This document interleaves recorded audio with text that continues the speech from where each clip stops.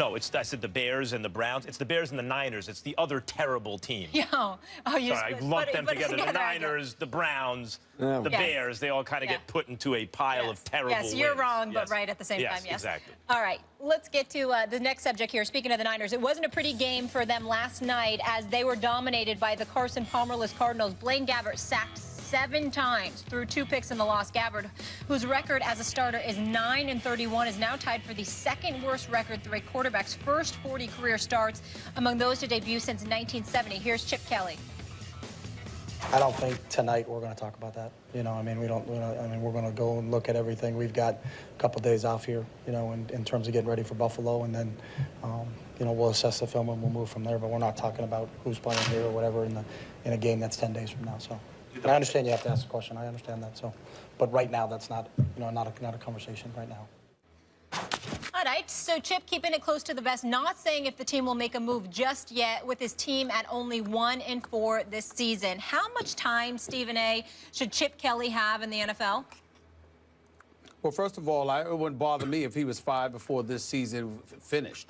Now, I know that would be a bit extreme, but understand why I'm saying that. I'm not saying that because of the their 1-4 record at this particular moment in time. I'm saying it because I never thought he should have had the job in the first place. After the job that he did in Philadelphia, there's no way on earth that he should have gotten fired in the penultimate game of last year's regular season, and 3 weeks later, the man ends up with a deal that gives him still remains him as a head coach in the NFL with a $6 million a year contract. I'd also like to say that Trent Baalke needs to be fired quicker than him.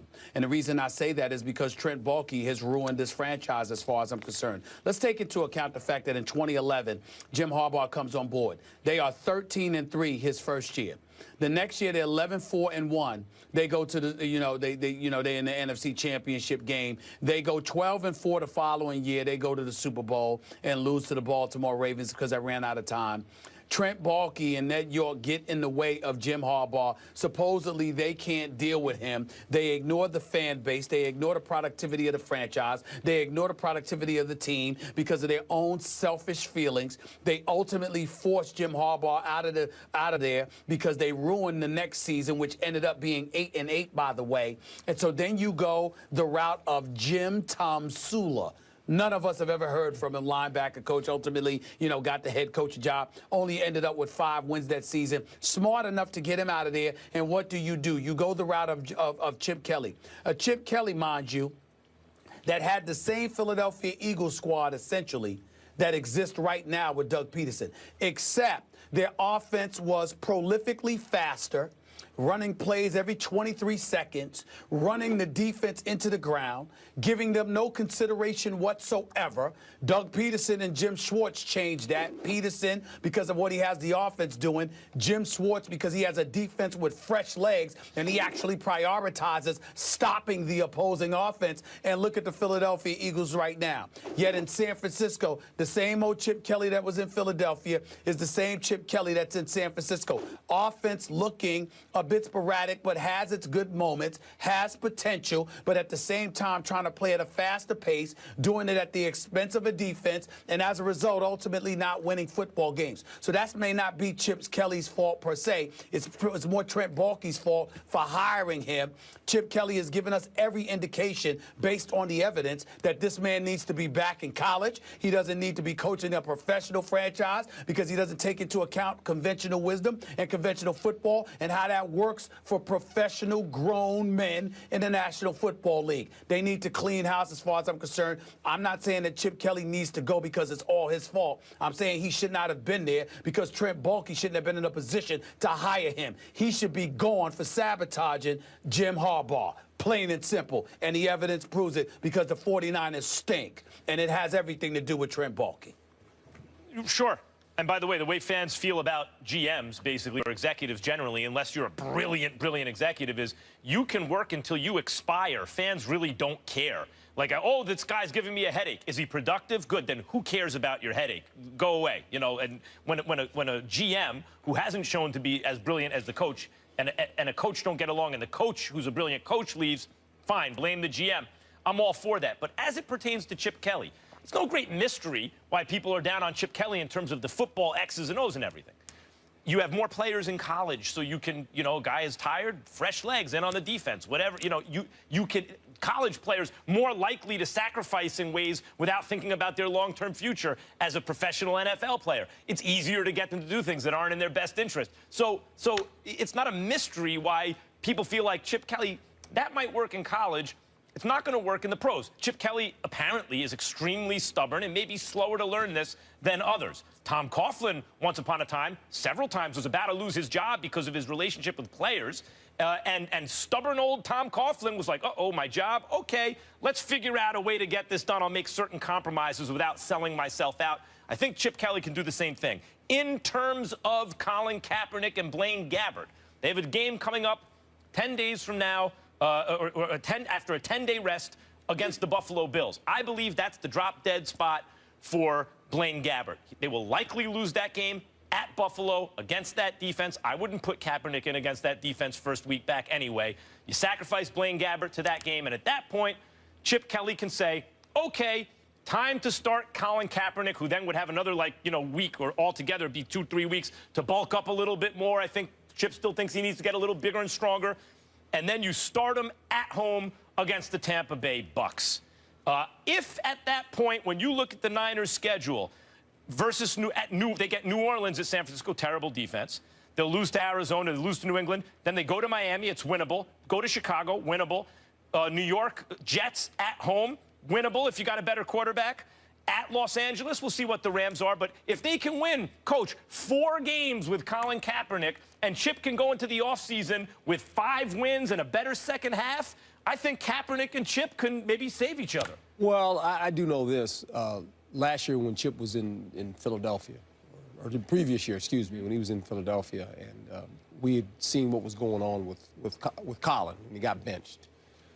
I was the one to suggest early that, the perfect place would be to Philadelphia, because he would be in a system that he could really reveal his skill set, and he would have a coach that would really be excited about having this guy, because this was his Mariota in the National Football League before the young man came into the league. And he's now with Tennessee.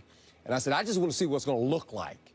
So, you guys both make some great points. Look, Stephen A. makes great points about this organization. Historically, this organization, obviously with Mr. Bartola, and the family and what they had accomplished with Steve Young and Joe Montana. Historically, we just got inducted to the Hall of Fame. I mean, we get all that, and they're not at that place anymore. I get it. And Coach Harbaugh came in and was terrific. And then we saw this, whatever it was, this mutual departing of whatever it may be. How it happened, don't know, don't want to get involved in that. But going forward, spinning it forward, I think if you're Coach Kelly, you have to play Kaepernick eventually, because this is the guy. Now, is he who he was 2 years ago? I don't know, but I'd like to see. Yep. Just as a fan, I want to just see this. If he had this guy at quarterback. Now, he doesn't have a lot of weapons around him. They got a runner, which they need, if he can stay healthy. Don't really have a lot of perimeter players. But the quarterback alone in this system, when it's run right, is difficult now. If Kaepernick's right. And I'd like to just see it. Let me just see it for about 8 games, see what it looks like. Weird that they seem to be fighting themselves like, oh, they brought in Chip Kelly. That must mean that they want to keep Kaepernick. Wait, now Kaepernick wants to leave? Oh, now Kaepernick's staying, but Chip Kelly don't want to play him? It seems like they need each other. And after they lose to the Bills with Gabbert on a 10 days rest, I can't imagine that at that point he doesn't start Cap. You have to do something, because the credibility of the football team is all of a sudden looking at this situation and going, what are you doing, Coach? We got to give this guy a chance. And when you lose the locker room as a head coach, you're done. And this game is still about winning. This is not recreational football. This is professional football. And you have an obligation to win. And when you look at those players in that locker room, if you got a guy sitting over here, and he's your number 2 guy, by the way, he's 1 hit away from playing, and they're trying to figure this all out. You lost your best player, Navarro Bowman. He was keeping this locker room and this glue together. Well, he's still there, but he's not playing. So you got to do something. You got to fix this. And I think what he said in the press conference was very revealing when he said this. we're not talking about that right now. Yeah, right now. They're talking about it today. Yes. He didn't say that a couple of weeks ago. Yeah, So They're talking Gabbert's about the He guy. can shut They're it talking down. about it today. They're talking about it today. I just hope Colin Kaepernick's healthy once they do put him in. Stephen A., did you want to jump in? Nope. Nope. You're all I'm good. ready. Let's Yeah. move on. Because he had that dead shoulder or whatever. No, Make yeah, Sure when he yeah, when he gets yeah. in that he's healthy, so he's in. Stephen A. made great points, and I didn't need to go walk back that. Yep. What he said was truthful. It's right, spot on. You know, and I just think going forward No, now, where they're gonna go. Go ahead. I'm sorry, Stephen A. You know what I love Coach, about what you just said? You didn't seem surprised at all at how truthful and prophetic I was, because you know that to be the case all the time. I like that, Coach. I like Yes. that. Or he had to just highlight the fact that you actually made great And points. I just mean, found out that he was a professor. He's a doctor. No, Herm, he's a doctor. That's right. Did you hear it? Doctor. Stephen A. Dr. is Smith. always. I didn't know. Stephen A. Dr. is Smith. always truthful. Dr. Smith. Excuse me. Rarely right, but always This guy truthful. right here, he's something else. Whatever. He's But the I do best. like him. But That's my man. He's the best. something I love else. him. All right, Coach, have a great weekend. We'll see you on Thank the you. Love Blitz, you and back, hopefully Coach. you'll be with us next week. All right. See you later. Hold it. Let me just say, Hold I can't it. hear Stephen Hold A. it. So this, I'm Oh, gonna he's win these saying arguments. hold it. Hold it. You know good and damn well when I bring up Chip Kelly and Philadelphia, Will Kane, what I'm talking about. It ain't just football. I know he had a 26-21 record overall. Nobody's questioning his football acumen. But your ability to relate to and ingratiate yourself with players, the way he had alienated a bunch of dudes, which ultimately led to him getting fired because that, coupled with his lack of productivity that last particular season, got Jeffrey Lurie to not even wait for the final game of the year before firing him. He said, get the hell out of here now. Now, I worked in Philadelphia for 17 years, right, for the Philadelphia Inquirer. I know Jeffrey Lurie. He's class personified, and there's no way in hell that he would have made the decision to let this man go before the season was even finished, unless he was that divisive. That is why I said he had no business getting the San Francisco job. And you know that, Will. I totally respect who you know in Philadelphia, your knowledge of the Philadelphia market, but I also know this, that innovators are also very often unwelcomed into their sphere, whether or not it's Steve Jobs or anyone that threatens the conventional wisdom of an industry. But that's how you succeed as well. That's how 7 seconds or less developed in Phoenix. That's how the Golden State Warriors figured out how to win. That's how Steve Jobs figured out how to innovate the technology market, and that makes people a little cold towards you. I'm not saying Chip Kelly is Steve Jobs, but I'm saying you don't know sometimes when innovation is coming because you're so resistant to it.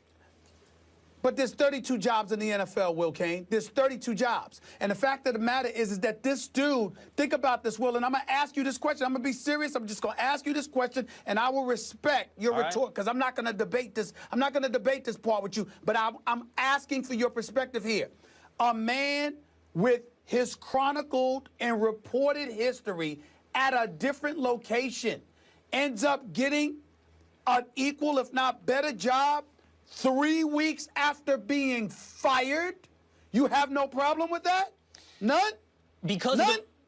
I have pause. You say I have no problem. Would that give me pause? Because I would have to ask myself, and again, I'll say this, I respect your knowledge on the ground, whether or not this is truly a personal problem, a personality problem, or is it, which is often the case, just an instant reaction, an instant recoiling from anybody threatens the natural order of things, the way it's done, the status quo. That's why I'd have to ask I want to myself. talk about his innovation for a second, because maybe that's right. When you're 10-6, they can't get rid of you. As soon as you go a little under 500, aha, it doesn't work. Get rid of him. Ridiculous. Fine. But he inherited an Andy Reid team. He rode largely those players to the 10-6 records. He then systematically got rid of those players, and then doing it his way went, immediately got worse results. Now, you can argue, hey, give him a couple years to institute his own culture, his own way of doing things.